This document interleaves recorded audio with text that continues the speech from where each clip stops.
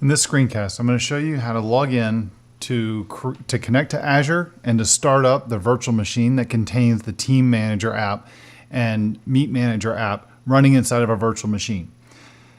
This virtual machine is for people who do not have Team Manager or Meet Manager installed, or who cannot install it, such as if you're running on a Mac, as these are Windows-only applications. The applications are running in a virtual machine that is living in the cloud, the Microsoft cloud, and something called Azure.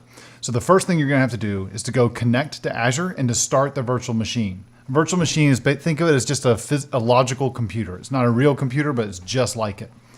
I'm going to go do that by going to portal.azure.com. And I'm going to go log in. The credentials are not going to be shown inside of this screencast for security reasons. Instead, just contact the people on the swim team that have the connection information. You'll be taken to this page where you have to sign in a second time using the account that we've provided you to go log in, which you can see there's the DCD Swim Team AZ01 at outlook.com. However, the password, we're not going to show that here. To get the password, contact the swim team president or the people in charge of the computer system.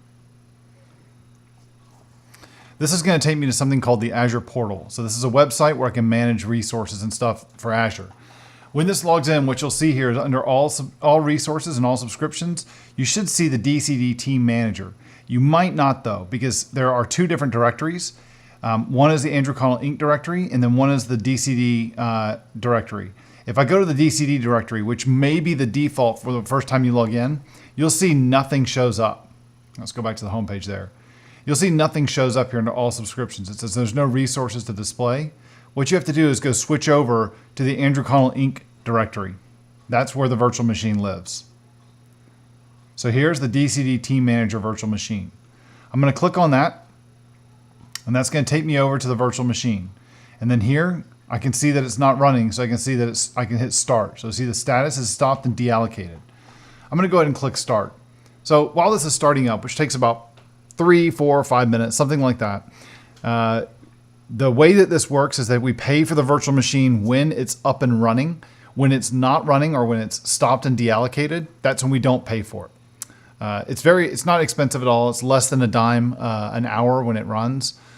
We just don't have it running all the time. So you'll see it start to run up. It says it's starting right now, and you can see this little notification says that it's actually starting. Again, this can take up to 5 minutes. But while we're waiting for that, what I'm going to end up doing is let me show you how to connect to it. So even though it says it started, it's still just booting up and getting ready. We can't do anything with it just yet. Now, in order to connect to it, you're going to need something called an RDP client, a remote desktop protocol client. You can get that from the Apple App Store. So if I go to the Apple icon on the top left and then pick App Store, I want to search for an application that I use called Jump Desktop. You see it listed right here. It's an RDP and a VNC client. So here I'm going to go to Jump Desktop. I would go ahead and launch it, or I'd have to go probably purchase it and install it. It's not much, but it's like less than 20 bucks. But here you're going to need this to go through and connect to it. So I already have this installed, so I'm just going to click Open, and it'll show it to me listed right here. Now I already have a bunch of virtual machines that are already set up here. I'm going to look at the sample one because I only want you to see, I don't want to show all the credentials for the main one. So here, what you would do to go create a new virtual machine inside, or create a new connection to a virtual machine inside of Jump Desktop, is to click the plus icon. And here it's going to say, do you want an RDP or VNC connection? So I want an RDP connection, and then I'm going to put in the host name of the virtual machine. That will be provided to you along with the credentials to log into Azure and to log into the virtual machine. So I'm not going to put that here. If I come back over here and I look at the settings for it, one I've already created, there's a couple of settings that I want you to take note of. First of all, there's what the entire machine name will be. That's the host name. That's something that you're going to get from the Durbin Creek swim team president or the computer operators on how to connect to it. On auto logon, you're going to need the username and the password to log on to the machine. We don't need the domain. That should be left blank. For the display, you really set how you want to be able to look at this virtual machine. I would recommend that you do start in windowed mode. The desktop scale is set to auto, and the resolution is a custom 1024 by 768. I wouldn't go full screen because that makes it a little confusing going between Windows and Mac. So this way it makes it a little bit easier to deal with. So I always work with it in 1024 by 768. You can go a little bit higher if you want. It's really up to you. For the quality, leave it at high. There's not a lot of graphic stuff going on, so you don't need high bit color here that's going to make your connection a little bit slower. For sharing, I set the audio to disabled, and then I have the last 3 items checked here for share. Under managed folders, what I like to do here is I like to specify a folder that I want to share. So here what I've done is I went in and clicked the plus icon, and then I chose my downloads folder and hit open right there to add the downloads as a list, as an option right here. And what that's going to do is it's going to allow me to see the downloads folder on my local laptop from the virtual machine. Makes it a lot easier to copy and paste files back and forth. You can't just copy them back and forth to the desktop. Instead, if I put things in my local downloads folder, they'll be accessible up in the virtual machine in the cloud. And if I put things in that folder in the virtual machine in the cloud, I'll see them on my local laptop. So that'll be really useful for like exchanging, if I have like heat sheets, or if I have other reports or athlete exports or entry list exports that I need to use. Then if I look at keyboard and mouse, I'm just gonna have all these settings set up. All the rest of the settings you just leave the defaults. So I'm just gonna show them to you just for the sake of completeness, but they're not important.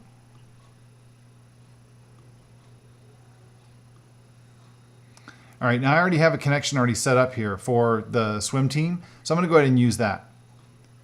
So I'm gonna click on play, and what that does is that'll connect to the virtual machine. And because I have the auto logon information already set up, it's gonna automatically log in using the user account DCD user with the password that I had entered in. Now again, this credential information will be shared with you from the Durbin Creek swim team president or the computer operators. And just keep in mind, there's a logon information, a username and a password for the Azure Portal, where you'll go start the virtual machine, and then a separate set of credentials that you use to actually log into the virtual machine once it's running. Here you can see I've got Team Manager and Meet Manager already installed on this virtual machine available for use. When you open up Team Manager, it should default to opening up the Team Manager database for Durbin Creek. You can see the stuff is already shown right here. Again, if I come over here to this PC, what you'll also notice is a section here for downloads on Andrew's MacBook Pro. So if I double click on this, I can see all the contents from my MacBook Pro here. And again, if I come over and look at the files, you can see in the downloads folder, I have this thing called the new text document. So there's new text document right there. There's some other stuff that's like hidden files for different things. We don't need to worry about that stuff. But here, if I take like the new text document, we can see if I open it up over here, it says hello swimmers, hello coach, and the line breaks are a little bit different because of the difference between Windows and Mac.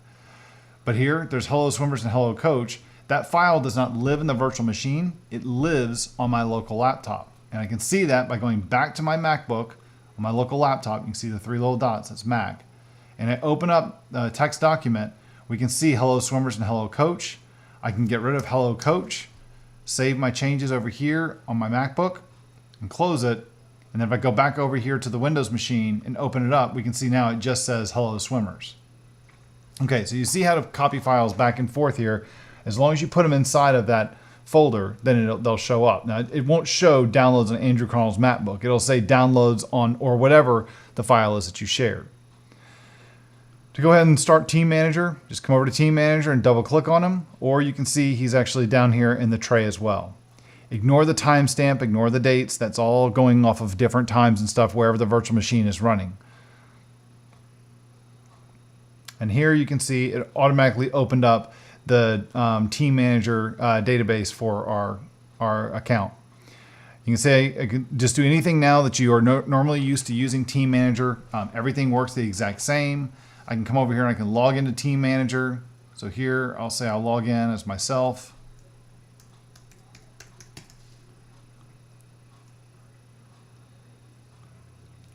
And here I can open up a read-only mode of the database. It's going to pull everything down.